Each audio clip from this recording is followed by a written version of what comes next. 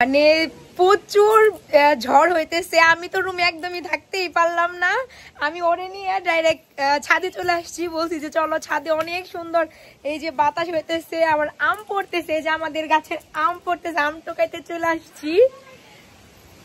এই যে দেখো আমাদের আম গাছ, কি সুন্দর সুন্দর আমগুলা পড়ে যাইতেছে যে বাতাসে, কেমনটা লাগে।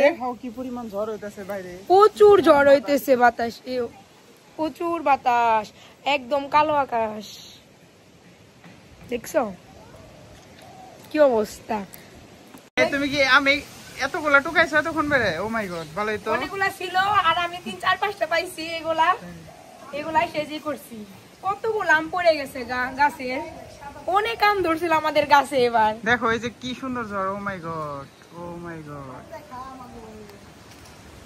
ভালোই ঝড়ের পরিমাণ ঝড়। ঝড়ের দিনে আম টুকাইতে যে কি মজা। কেমন ধরো, এই যে দেখো আম খাম এখন,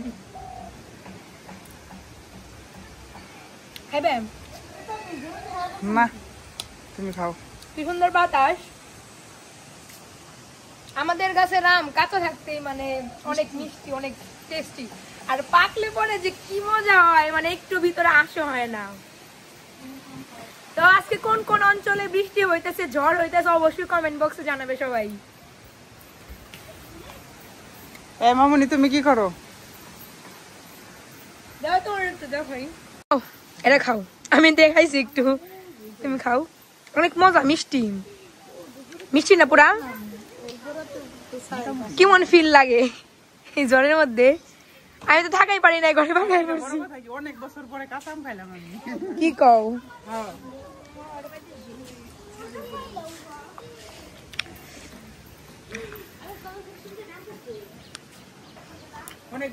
এই বছরের প্রথম বৃষ্টি ঝড় এইটাই, আমার তো ভালোই লাগতেছে।